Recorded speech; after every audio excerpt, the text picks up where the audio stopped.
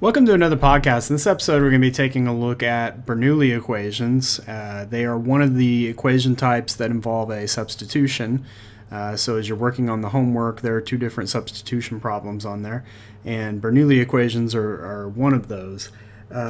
As you may or may not recall, when we look at linear differential equations of first order, the standard form of a linear differential equation is given in this form, and we know it's homogeneous if q is 0 and inhomogeneous if q is not 0. This is the standard linear form. Well, the standard form for a Bernoulli equation is almost identical to this. It's y prime plus p of x y equal q of x, but then multiplied by the q of x is y raised to some power n. And this thing is what's considered a Bernoulli equation if n does not equal 0 or 1. And the reason that I specifically point out if n is 0 or 1 is, first off, if n is equal to 0, you can immediately see that this is identical to the linear equation above, so this equation is linear. If n is equal to 1, then all you would simply do is rewrite this as y prime plus p of x minus q of x y equal to 0. And not only would it be linear, but this would be a homogeneous linear differential equation. So in the n equal to 0 and n equal to 1 case, a Bernoulli equation is simply a linear equation, homogeneous or inhomogeneous.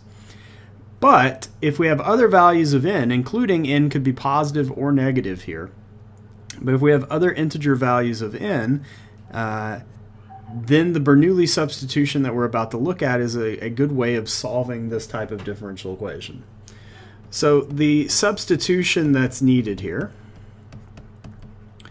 for solving the Bernoulli equation is to replace y with the variable z according to the following formula. And one of the things that you're going to do on your Maple work is actually prove that this substitution will transform the Bernoulli equation above into a linear differential equation. Now, as you're going through this, it's important to also look at the particular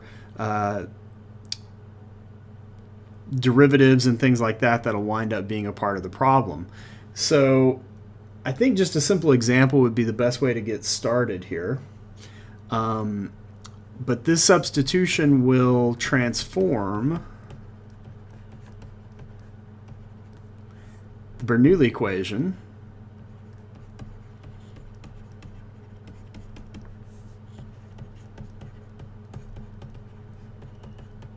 into a linear equation, which, as we know from class, linear equations are always solvable. So here's the example that I have in mind.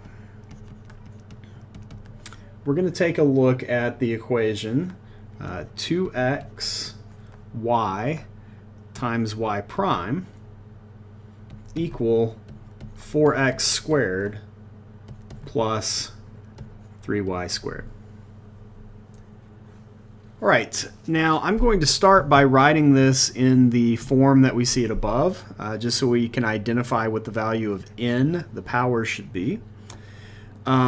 After doing a little bit of algebra here, we're going to get y prime is equal to 4x squared plus 3y squared over 2xy, which is equal to 2x over y plus 3y over 2x. And one more little step is needed here. When we write it in the correct form, this is the standard form of a linear equation, but this turns out to not be a linear equation. It turns out to be a Bernoulli equation because the y, which is associated with this term here, has a power, and that power suggests that the n value in this problem is n equal to 1. Now, because of that, what we're going to do is we're going to substitute, or we're going to use the substitution. Z is equal to y to the 1 minus n, but n is negative 1. So our substitution here will be z equal y squared. So if z is equal to y squared, then that implies that y is equal to plus or minus the square root of z. And that's going to be helpful here in a second when we talk about doing our substitutions for the variables that are involved. So if we take it out a little bit further, I am going to want to substitute into the differential equation. In particular, I'm going to want to replace, if I look at the differential equation here, this is dy dx. I'm going to want to replace dy dx with something involving the derivative of z with respect to x. But this is a little bit more complicated. If you recall how to do change of variables from Cal 2, Cal 3, maybe depending on where you've seen it the most, then you know that chain rule applies here. And so if I want to look at dy dx, where y is equal to this, then dy dx is simply the derivative of y with respect to z. But then because z is a function of x, I have to take the derivative of z with respect to x because of chain rule. So what is the derivative of y with respect to z? Well, if you look at this component here, with respect to z, the derivative of square root of z is 1 over 2 square root of z times dz dx, which at this point is unknown. So you can see here how when we replace dy dx here in the substitution, we'll replace it with a term that involves dz dx. So when I make all my substitutions, so after substituting,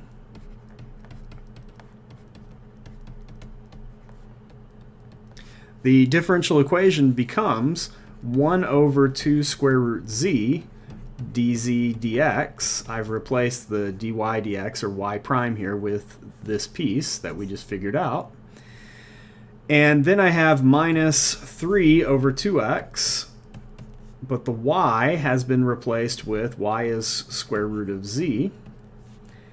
And then on the flip side, we've got 2x times y to the negative 1, but that will be replaced with 2x over y, but y is square root of z, so it's 2x over square root z.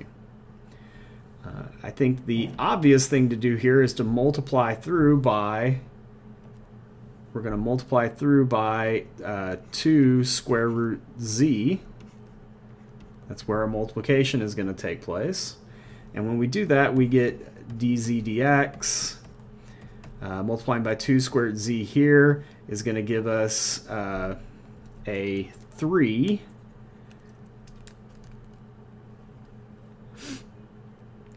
over x times square root of z times square root of z would be just z at that point. And that's going to be equal to, once we've multiplied all the way through, that's going to be equal to 2 times 2 will give 4. And then the square root of z's will cancel, leaving us with just 4x on that side. So what you can see at this point is that this is indeed a linear equation. And because it's a linear equation, we should be able to solve it.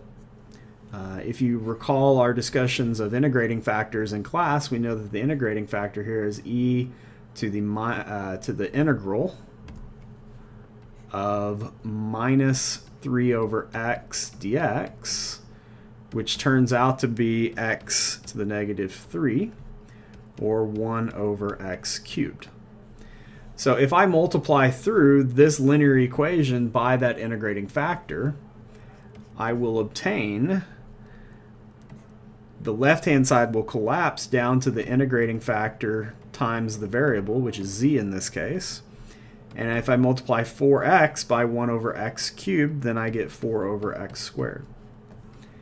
If I then integrate both sides of this expression, then I will obtain, the derivative will cancel there, and the antiderivative or integral of this term with respect to x would be minus 4 over x, and I need to introduce an arbitrary constant there.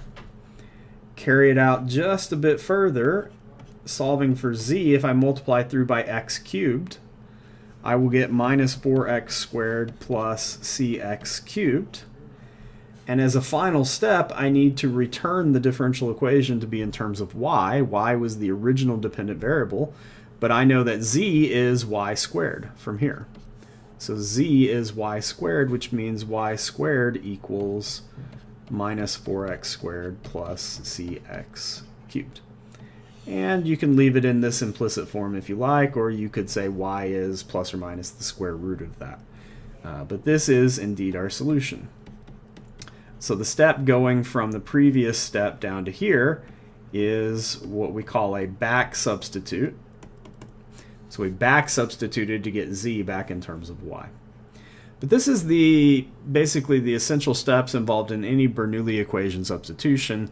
You have to write the original equation in this standard form that we saw earlier, and then once you get it in the standard form, identify the n.